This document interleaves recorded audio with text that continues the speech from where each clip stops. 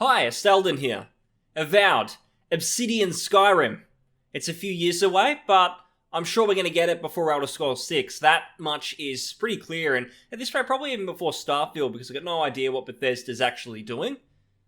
But I'm a bit worried, because people have been touting this out like it's a good thing. We're going to be getting Obsidian Skyrim. We're going to be getting like this big AAA alternative to the Elder Scrolls series. This is incredible. I will say bullshit, because I have been disappointed with the Elder Scrolls series for a long time.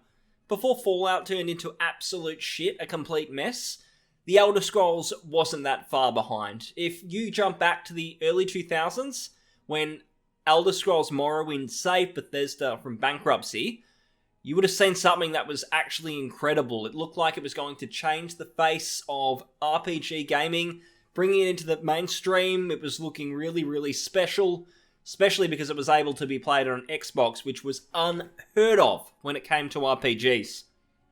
A few years later, we got Oblivion. Oblivion was absolute trash. It was a complete joke.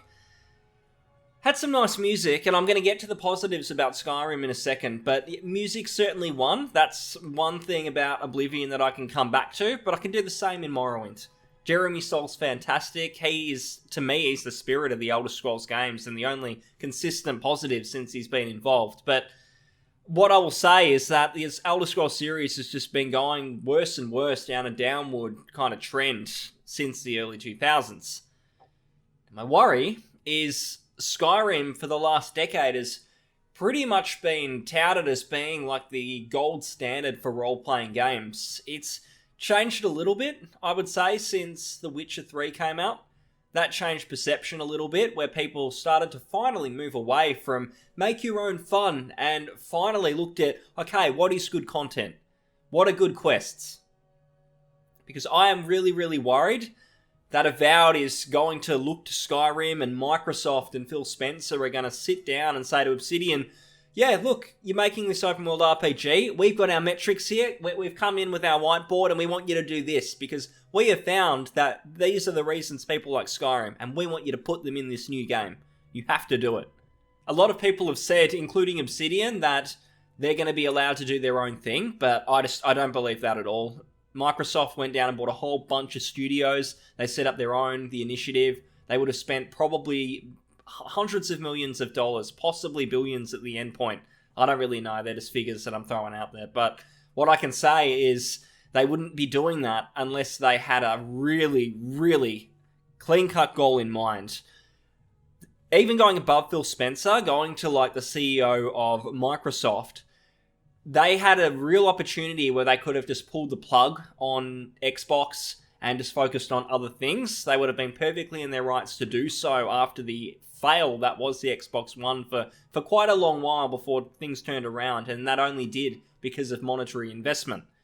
They chose not to do that, and they chose to refocus, and they realized that they can maybe make a big push. We got Game Pass, we got all this studio investment. They wouldn't have done that unless there was a very clear path in mind, and I don't think that was about buying up 20-year-old studios and allowing to do their own thing, especially when they were never really commercially successful, I would say in Obsidian's case, except for maybe Fallout New Vegas, and that was only because of the brand name. At the end of the day, no matter how good the game might have been. So I think that Microsoft will force some of these things down our throats. They will make Obsidian do a lot of things that Skyrim did that people love, because Microsoft has seen that gap in the market. While we've gotten all these Assassin's Creed clones, we've gotten games like Breath of the Wild that have tried to do things in a similar vein, we have never got that first-person spiritual successor to Skyrim, and it's been hanging there for around 10 or so years now, possibly more. And I'm really worried, because I don't think that Skyrim is a very good RPG. It might be a good game. I mean, it has a gameplay loop that I know a lot of people really like, but I think as a role-playing game, they've tried to say, a lot of people have said that they're one and the same, and I really don't agree. Even The Witcher 3 is just miles different to what Skyrim is doing when it comes to the gameplay loop. First thing I'll say is, again, Skyrim have done some good things. Music, incredible. I love the music in Skyrim. I think the Daedric quests are pretty cool. For the time, it had really good graphics for that sort of really ambitious open world game. I won't deny that. Those things are pretty cool. Now let's move on to the bad. The whole thing is just one gameplay loop. And I know people can say you can make your own fun and you can do all this great stuff, but that's not an RPG to me. That is like a sandbox where you throw in the tools and people do all these kinds of things that they might want to do. Like, oh, look, I'm like a traveler. I'm going around. I'm just going to go and fight things. I'm going to be a vampire and I'm going to do this. On the surface, it can seem like that is a role-playing game, but that is more just like a sandboxy Minecraft-like experience before we had Minecraft. What Skyrim really is, it's just a gameplay loop where you jump into a world.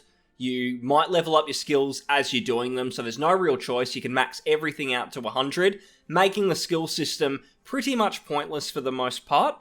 And then you're just going around clearing out these dungeons.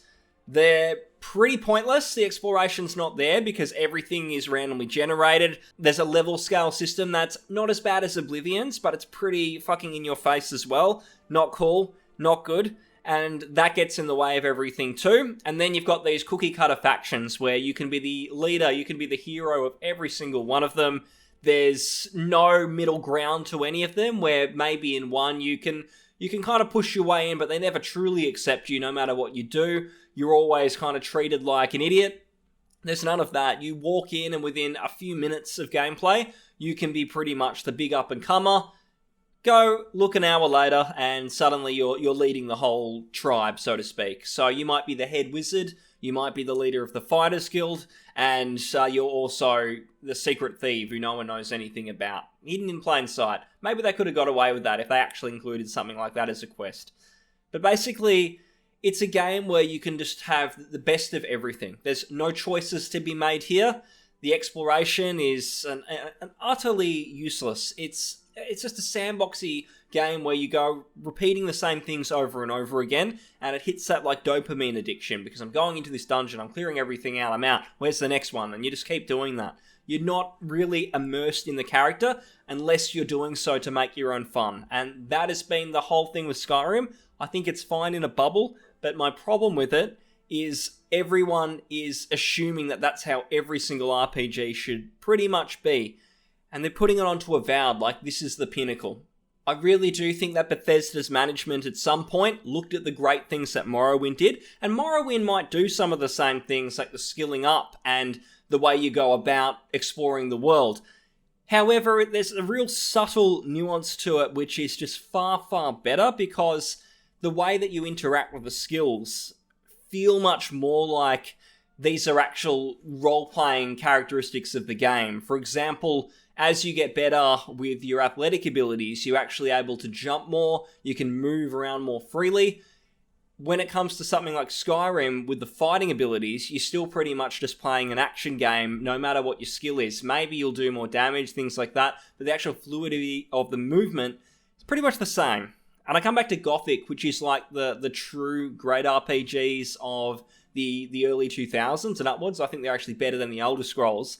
They're really similar, where even though there's some action-y kind of stuff going on, it's still the RPG skills and your choices which actually bring out the best of your character. And when you level up, when you skill up, you actually see the benefits more so than just maybe a number on the back of the sheet, and you've got to really kind of look into those things to understand what's going on. One of the biggest problems I have with Skyrim is that when people are talking positively about it, the content itself is never something people are really getting into.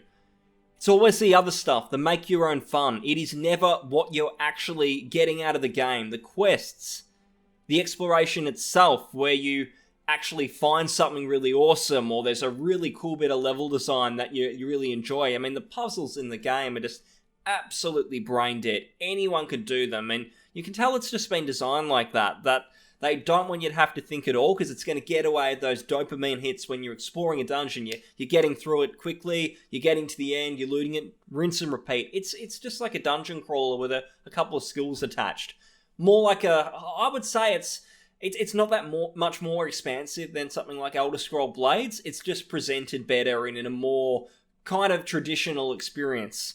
And the content not being there, it's a disaster waiting to happen when you look at Avowed, because if they take the same design approach, where the quests are bare bones, I think Skyrim was where those shitty Radiant quests were introduced, where they would give you something meaningless and mundane to do, like collect 8 bear skins or kill 10 warriors.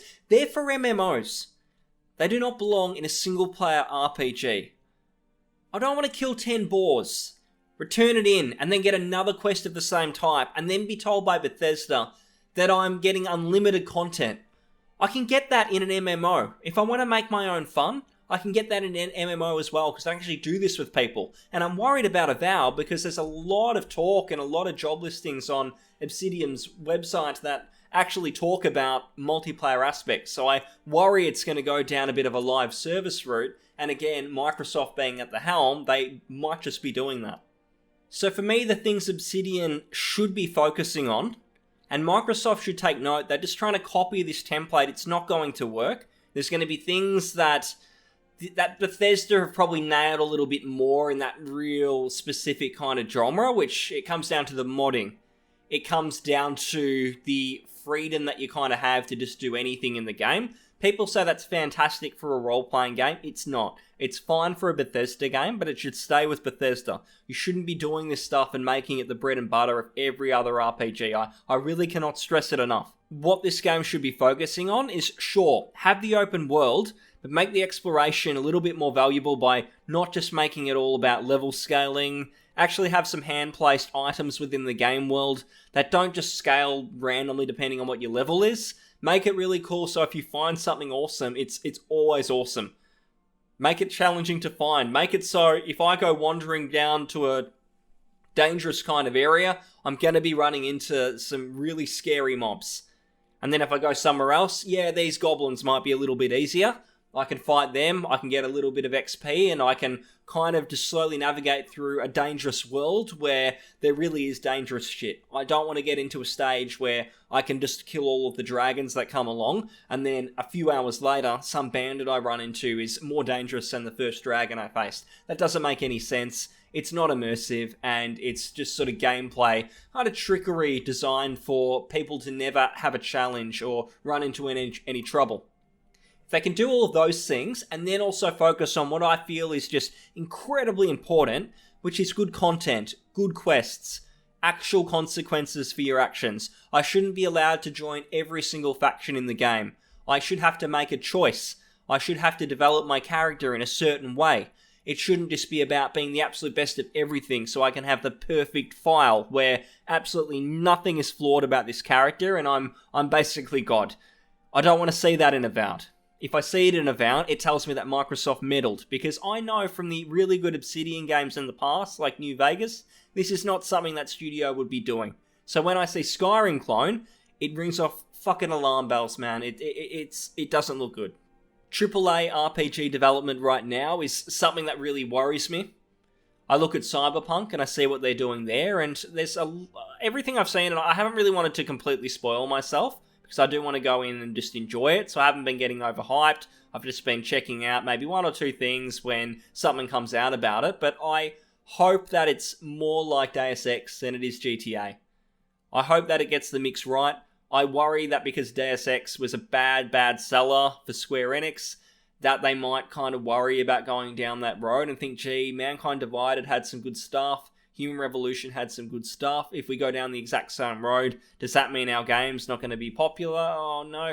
I hope they don't do that. A lot of people make out CD Projekt Red to be like the absolute God's gift of gaming, but at the end of the day, they really only made one classic game, and everyone's held everything to that standard, similar to Skyrim, even though I would say the pedigree's not really there yet. We've had a really big hit. Let's not get too comfy and just assume everything's going to be a massive hit, just because everything else in the AAA industry is trash when it comes to RPGs. There's some good indie stuff out there. I played Disco Elysium, had some cool stuff. It had some pretty cool writing, some nice choices. Would have been nice if it was a bit more gamey, there was a bit more going on, but it did the job. And there's some other stuff that's coming out in the indie vein that looks really good. Atom RPG, that's like the true next Fallout experience that I wanted. So there's good stuff there. I think that if Avowed just focuses on core RPG, not Skyrim, not trying to just copy templates, they can put out something that's actually decent.